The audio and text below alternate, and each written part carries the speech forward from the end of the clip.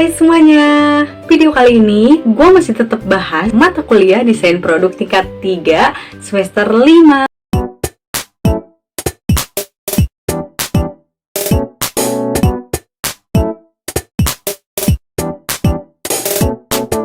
Mata kuliah di semester 5 tingkat 3 ini, yang pertama ada mata kuliah bahasa Inggris. Untuk bahasa Inggris di semester ini, jadi bahasa Inggrisnya itu masih membahas tentang universal, masih membahas tentang kehidupan kalian, masih membahas tentang kepribadian kalian, keluarga kalian, hobi kalian, pokoknya yang benar-benar masih umum, belum ada kaitannya tentang desain produk. Nah, gua bakal ngasih tahu bahasa Inggris di semester ini itu kalian bakal ngebahas tentang kayak family kalian, about kalian gitu. Kayak di kelasnya hanya main game aja, tapi di dalam isi gamenya itu berisikan tentang kepribadian diri kalian, jadi masih kayak umum aja. Dan gue bakal ngasih tahu ujiannya, yang masih gue inget itu untuk ujian akhir, tapi gue udah lupa untuk ujian tengah semester atau UTS-nya, gue udah lupa. Cuman gue masih ingat untuk ujian akhirnya kalian itu bakal menceritakan tentang kepribadian kalian gitu, tentang family kalian, pokoknya about me, about you gitu. Pokoknya nanti gue bakal buatin video presentasi bahasa Inggris. Jadi nanti ketika ujiannya kita kan sendiri-sendiri ya menceritakan tentang diri kita. Nah, jadi nanti tuh si miss-nya bakal ada di kelas, terus kita dipanggil satu persatu sesuai urutan absen. Ada yang sesuai urutan absen, ada yang enggak.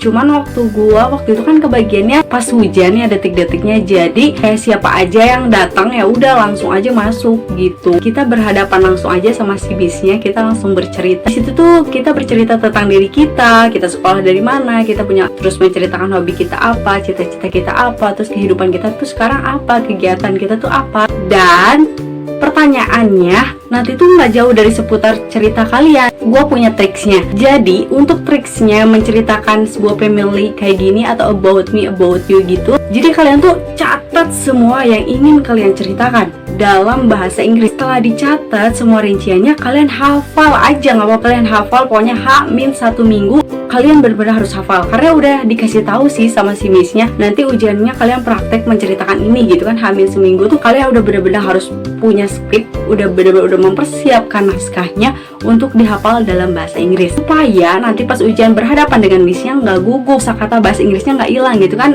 Rata-rata apalagi gua gitu, kelemahannya dalam bahasa Inggris tuh suka hilang kosakata bahasa Inggrisnya. Jadi gue selalu buat skrip bahasa Inggris dan udah gitu dihafal deh. Dan gue juga kayak udah bisa nebak gitu, si miss ini bakal nanya tentang kepribadian gue, diantaranya kayak hobi atau enggak misalkan tentang sifat ayah gue gimana. Pokoknya gue buat 5 jawaban dalam bahasa Inggris, jadi ketika si miss-nya nanti nanya, gue udah bisa langsung jawab, nggak usah nyari-nyari kosakata lagi atau enggak tiba-tiba stuck, aduh gue harus jawab apa enggak. Jadi karena kalian udah nyiapin kata-katanya gitu, paling nanti pas presentasinya nggak bakal gemeter sih, pasti bakal ada gemeter dikit-dikitnya. Tapi kalau gue enggak sih, soalnya kayak udah percaya diri gitu, terus kayak udah hafal naskah yang gue siapin, terus kayak gue udah tahu jawabannya apa, si miss mau nanya apa. Jadi ketika si miss nanya di salah satu pertanyaan yang udah gue buat, jawabannya di situ benar-benar ada, jadi kayak gue terselamatkan dari semuanya gitu. Ujian di situ tuh gue terselamatkan. Itu buat yang bahasa Inggris. Mata kuliah selanjutnya ada metode penelitian, atau biasa disingkat sama teman-teman gue atau angkatan gue itu medlit. Jadi si metode penelitian ini tuh seolah-olah kalian belajar membuat skripsi, membuat karya ilmiah, membuat tugas akhir. Jadi bebas topiknya mau apa aja, cuman rata-rata teman-teman gua itu pada ngambil laporan atau topik atau permasalahan yang diangkat untuk menjadi sebuah karya ilmiah. Sebuah laporan itu adalah studio desain produk. Tapi kalau gua waktu itu nggak studio desain produk. Kenapa? Karena kayak aduh nggak enak banget deh untuk si studio ini, kan gua udah ada laporannya, udah ada mentahannya gitu di mata kuliahnya, dan gua nggak mau gitu. Kayak gue pengen penelitian baru, akhirnya gua ngarang judulnya, gua ngarang observasinya, penelitiannya, risetnya, hipotesanya waktu itu tentang tirai bambu. Dan kata si dosennya nggak apa-apa kalau nggak ada si produknya, tapi yang penting si ininya bener-bener lo cari gitu, lo riset, lo hipotesa seperti apa gitu. Jadi, pokoknya di metode penelitian ini tuh masih dibebasin untuk buat karya ilmiah, kayak seolah-olah kalian tuh latihan gitu di metode penelitian ini. Kayak gitu sih singkatnya, semoga kalian paham ya penjelasan yang gue jelasin di video ini. Oke, lanjut untuk mata kuliah selanjutnya ada etika bisnis dan industri. Jadi si etika bisnis ini itu kan materi ya, gue jelasin secara singkat aja. Yang gue ingat itu adalah prinsip tentang moral, bagaimana cara berbisnis, atau enggak seolah-olah batasan-batasan kalian untuk membuat produk, untuk nanti pemasaran produk kayak gimana gitu. Pokoknya di sini tuh prinsip, batasan-batasan, terus ada aturan, terus kalian bakal diarahin seperti apa sih moralnya, seperti apa sih etika berbisnis dan industri itu, kayak gitu sih singkatnya. Tapi setelah gue cek di Google, banyak banget PDF-nya, banyak banget jurnalnya tentang etika bisnis dan industri ini. Jadi kalian bisa langsung cek aja Google di situ. Cuman gue di sini cuman menceritakan secara singkat dan yang pernah gue dapat aja, kayak gitu sih. Next ada mata kuliah model digital 2. Di model digital 2 ini kalian udah ganti aplikasi baru lagi. Kalian menggunakan, kalau waktu angkatan gue di Telkom itu menggunakan aplikasi Rhinoceros. Jadi di situ kalian belajar aplikasi Rhinoceros. Yang aplikasi Rhinoceros itu udah ada si gambar tekniknya, udah ada 3D-nya,